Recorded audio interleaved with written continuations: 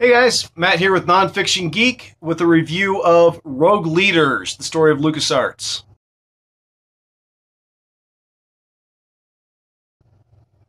So what's the premise of this book? Well, the idea is they're going to take you through the history of LucasArts, one of the greatest game studios ever. They admittedly hit some rough patches, but still, one of the greatest game studios ever. So does the author follow through? Yes, as long as you know what you're getting. This is not quite a coffee table book, but it doesn't go nearly as in depth as something like Console Wars did into Sega. This is really a book about the art and story design of LucasArts.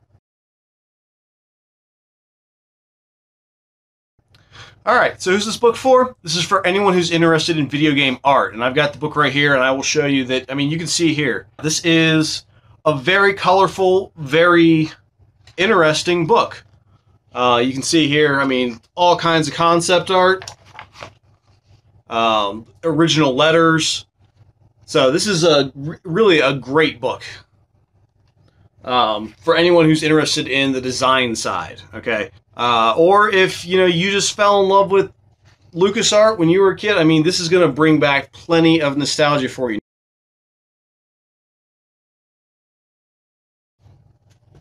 So who's this not for? Well, as I alluded to earlier, if you're looking for something like Console Wars, but for LucasArts, this is not your book. It does tell you more than, like I said, this is not quite a coffee table book, but it's certainly not a Console Wars either, all right?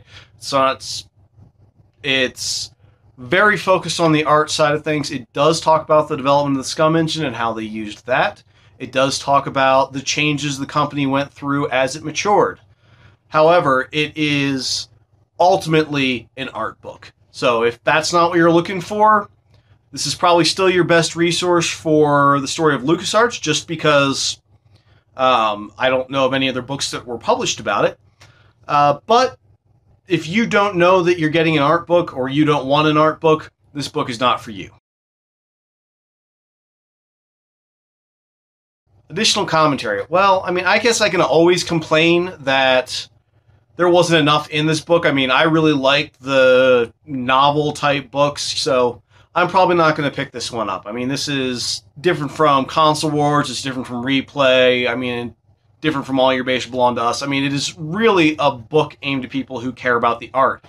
And I like video game as art, and I think that the artwork is really neat. But the fact is, I don't have a place to put it, and so it's probably not going in my collection. If you really like LucasArts, if you fell in love with these games in the mid-90s, or there's a couple available in Good Old Games, not that many, but if you fell in love with these games, check out the book. I think you'll really enjoy it. It's an 8 out of 10 probably for you guys. And certainly if you like video game artwork, this is one of the best books I've seen with video game artwork in it, and concept art in general. However, if you are really looking for an in-depth story of LucasArts, like I said, this is probably the best you're going to be able to do, but you're probably looking at maybe a 3 out of 10. There's just not that much information compared to some of the other books that are out there, like Masters of Doom or Replay, or, yeah. This is not an in-depth history book. It just isn't. But still, for you, I would say check it out at your local library. Even if your local library doesn't have it, see if your state has a library interloan program. That's how I actually got a hold of this one. Other than that, thank you guys for watching, and please like and subscribe.